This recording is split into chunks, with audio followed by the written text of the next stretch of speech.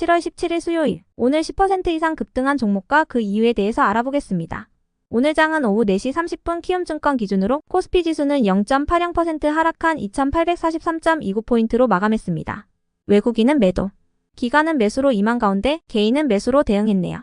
한편 코스닥 지수는 1.21% 하락한 829.41포인트로 마감했습니다.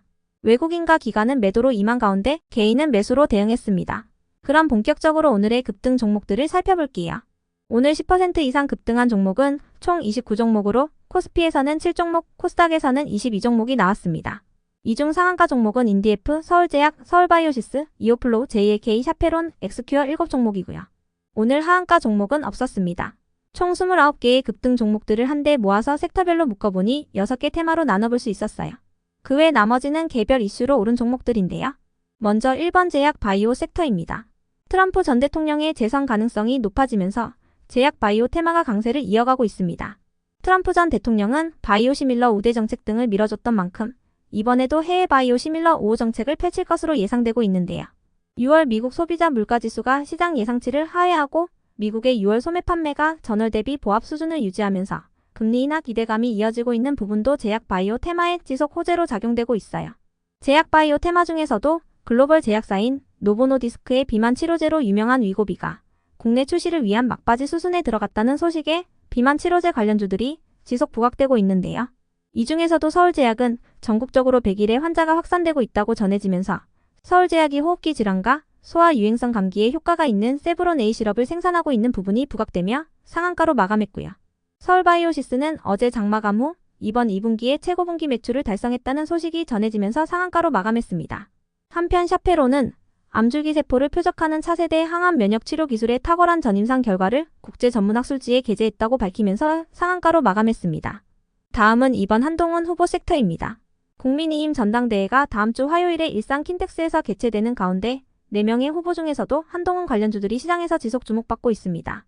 후보들은 오늘 수도권 당심 호소를 마지막으로 합동연설의 일정을 마무리하게 되는데요. 이러한 분위기 속 최근 일부 여론조사 기관의 당대표 적합도 조사에서 한동훈 후보가 가장 높은 응답률을 보였던 부분이 지속 부각된 모습이었습니다. 이 중에서도 엑스큐어는 과거에 한동훈 후보가 밀었던 이민정책 관련주로 부각된 바 있는데요. 한동훈 후보가 장관이었을 때 이민정책을 통해 외국인 인력을 유치하는 방안을 밀었던 적이 있습니다. 최근 한동훈 후보 관련주들이 강세를 보임에 따라 한동훈 정책 관련주로 부각된 것이라 추정되네요. 다음은 3번 트럼프 전 대통령 섹터입니다. 트럼프 전 대통령의 재선 가능성이 높아지면서 트럼프 테마주들이 강세를 이어가고 있습니다. 트럼프의 수혜주로는 금융과 가상화폐, 석유와 방산, 제약 바이오, 원전, 그리고 석유나 천연가스 같은 전통적인 에너지 관련주들이 거론되며 피해주로는 친환경 에너지 테마가 거론되는데요. 건설 및 재건 관련주들의 경우 트럼프의 공약 중 하나인 신도시 건설 및 인프라 개발 기대감과 함께 우크라이나가 11월 평화회의에 러시아 대표단도 초청하겠다는 의사를 밝히면서 강세를 보이고 있어요. 젤렌스키 우크라 대통령은 회의에 앞서 3차례의 예비회의가 열릴 것이라고 언급했습니다. 3번의 예비회의에서 각각 에너지 안보와 흑해 자유항행, 러시아와의 포로 교환에 대한 논의가 해결될 경우 11월에 두 번째 정상회의가 준비될 것이라고 말했는데요. 이때는 러시아 대표단도 참석해야 한다고 생각한다라고 언급했습니다. 이러한 분위기 속 건설주에 대한 저평가 분석 및 금리 인하 기대감과 부동산 업황 개선 기대감도 동반되면서 트럼프 관련주 중에서도 건설 관련주들이 시장에서 지속 부각된 모습이었네요. 남북 경협 관련주들의 경우 과거 트럼프 전 대통령이 집권하던 시절 미국과 북한의 관계에 초점이 맞춰지면서 남북 경협 관련주들이 부각된 바 있기 때문에 이번 상승에서도 함께 묶이고 있습니다. 이 중에서도 인디에프는 개성공단에 입주되어 있으며 우크라이나 전후 재건 포럼에 참석한 이력이 있어서 남북 경협 및 재건 관련주에 모두 묶여 대장 역할을 하고 있어요. JST나는 개성공장의 협력 업체들이 입주하여 손목시계를 생산하고 JST나에 납품하고 있는 것으로 알려져 있습니다. 차이SND는 GS건설 계열사로 아파트나 오피스텔 등의 건축 사업을 영위하고 있습니다. 다음은 4번 화장품 섹터입니다. 올해 상반기 화장품 수출액이 48억 달러를 넘어 사상 최대치를 기록했습니다. 한류 덕분에 K뷰티 인기가 전 세계적으로 높아지면서 최대 화장품 시장인 미국으로의 수출이 급증했다고 전해졌는데요. 2분기는 선크림 등의 여름철 선케어 제품 수요가 증가하는 계절적 성수기인 만큼 이런 제품들을 제조하는 화장품 ODM 업체들의 실적이 큰 폭으로 개선됐다고 전해졌어요. 화장품 ODM 제작업체란 주문한 대로 화장품을 만들어주는 OEM 제작과는 달리 제품의 연구 개발까지 참여하는 기업을 뜻하는데요. 조소정 키움증권연구원은 현재 아마존 프라임데이가 진행되고 있는 가운데 4분기에는 미국의 블랙 프라이데이도 앞두고 있는 만큼 화장품 ODM 고객사들의 발주 물량도 늘어날 것이라고 전망했습니다. 이러한 분위기 속에서 일부 화장품 기업들이 시장에서 주목받았습니다. 다음은 5번 광고 섹터입니다. 네이버가 네이버 TV의 허들을 없앤다는 소식입니다. 그동안 네이버 TV는 유튜브나 블로그 등 다른 플랫폼에서 구독자를 보유해야만 네이버 TV 채널을 개설할 수가 있었는데요.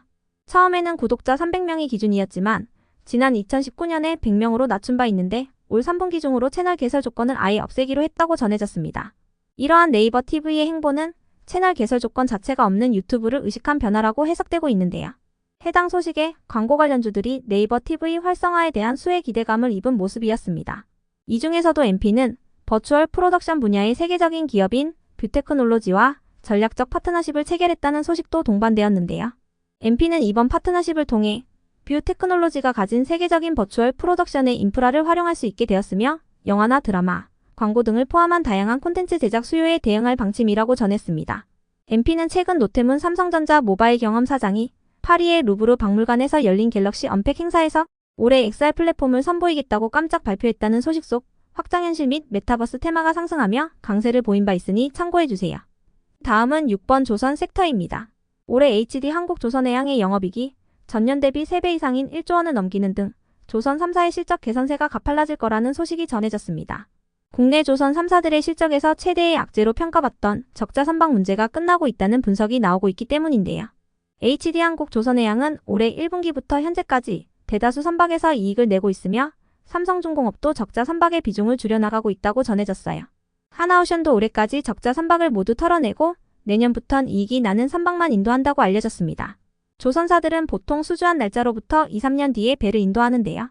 배를 수주했을 때보다 넘겨주는 시점에 원자재 가격과 인건비가 올랐을 경우 조선사들이 오롯이 적자를 감수해야 하는 구조였습니다. 돈을 더 달라고 말하고 싶지만 업황도 안 좋고 중국 조선사들이 값싼 배로 물량박치기를 하고 있는 상황에서 그런 말을 꺼낼 수가 없었는데요. 2022년부터는 신조선가가 상승세를 보이면서 다시 배값이 비싸졌고 돈을 받는 방식도 조선사들에게 유리하게 변화되고 있는 등 조선 기업들의 실적이 다시 상승 궤도를 그려나갈 것으로 기대되고 있습니다. 이러한 분위기 속 조선사들의 실적 기대감이 이어지는 모습이었네요.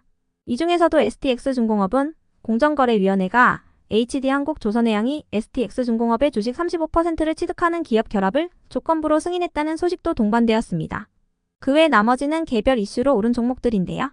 먼저 이오플로우는 인슐렛이 제기했던 해외 지적재산권 침해 및 부정경쟁 소송 관련 가처분 결정이 취소되었다고 공시하면서 상한가로 마감했습니다. 인슐렛은 작년 8월 이오플로우가 인슐렛의 영업비밀을 침해하여 인슐린 패치를 만들었다고 소송을 제기한 바 있는데요.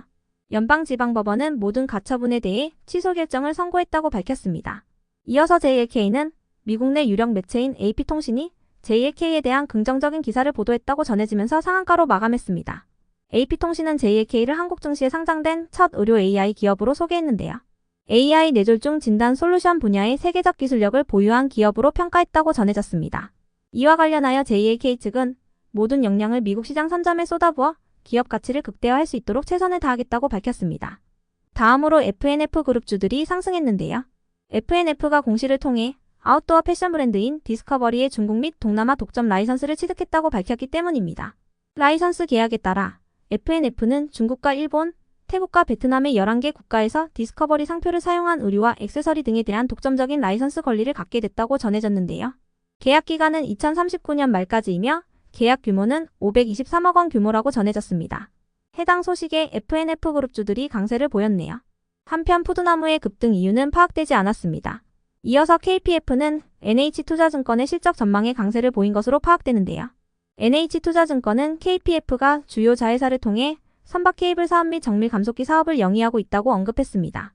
특히 선박 케이블 사업은 자회사 TMC를 주축으로 글로벌 시장 점유율 1위를 차지하고 있으며 국내 점유율 또한 50% 이상이라고 언급했는데요. 이러한 분석에 KPF가 강세를 보였습니다. 다음으로 KNS는 어제 별다른 호재나 공시 없이 상한가로 마감했던 종목입니다. 원통형 배터리와 관련한 특징주 기사가 있긴 했지만 기사 속에 특별한 내용은 없었는데요. 오늘도 별다른 호재 없이 강세를 이어갔습니다. KNS는 지난 6월 말 무상증자 권리락 공시가 올라온 바 있으니 참고해주세요. 끝으로 중앙첨단 소재는 엔캔과의 합작법인 EDL이 엔캠 아메리카와 미국 현지 리튬이엄 사업을 위한 합작법인 설립을 추진한다고 밝히면서 상승했습니다. 내년부터 엔캠의 북미 시장 선진입 효과가 극대화될 것으로 예상되는 가운데 전해액의 핵심 원료인 리튬이엄을 현지에서 생산하고 공급하여 관련 시장을 빠르게 공략한다고 전해졌습니다. EDL은 엔캠의 북미 제1공장인 조지아 공장 부지에 약 3만 톤 규모의 자체 리튬이엄 생산 시설을 구축할 계획으로 이르면 내년 1분기 말 상세 설계를 끝내고 3분기부터 본격적인 착공에 들어갈 예정이라고 알려졌습니다. 그럼 오늘의 거래량과 거래 대금 상위 종목들을 시장별로 살펴보고 마칠게요.